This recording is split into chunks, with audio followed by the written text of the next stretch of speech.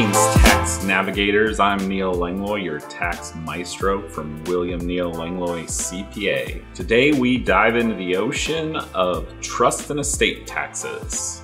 Let's decode Forms 706 and Forms 1041 with a sprinkle of tax humor. Form 706 isn't just for the super rich. Here in Oregon, the form is required to be filed if you have an estate of $1 million or higher. For federal purposes, the current threshold is $12.2 million.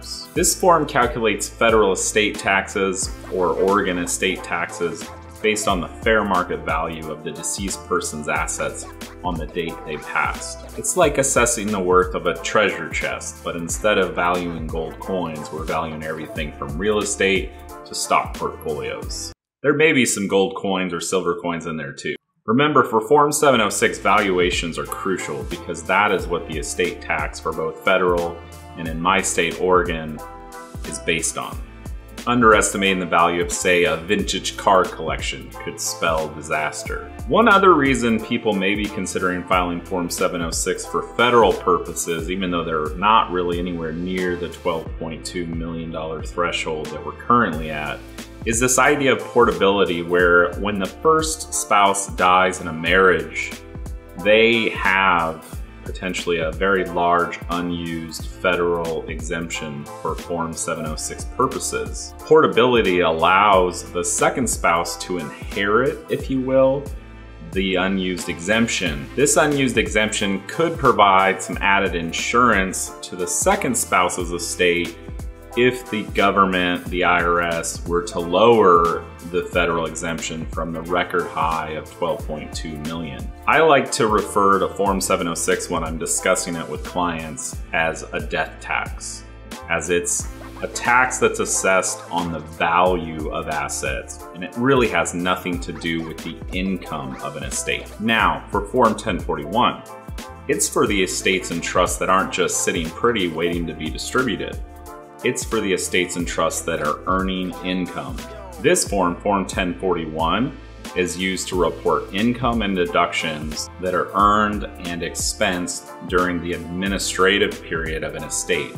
So generally from the day a person has passed away until the estate is settled. We're talking about interest, dividends, capital gains, the works. There are some real opportunities to recognize capital losses and excess deductions from an estate administration by filing Form 1041, where you may not have any real income to speak of. So we have Form 706, the death tax, and then we have Form 1041, the income tax.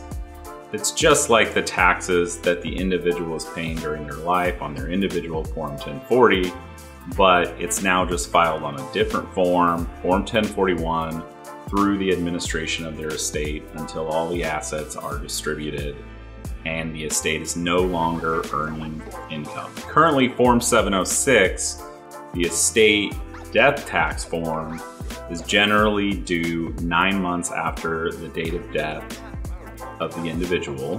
For Oregon, they recently changed these rules, and now it is 1 year after the date of death. So it's the exact day the person passed 1 year later. For both federal Form 706 and Oregon 706, the tax due, if any, is generally due on their respective due dates.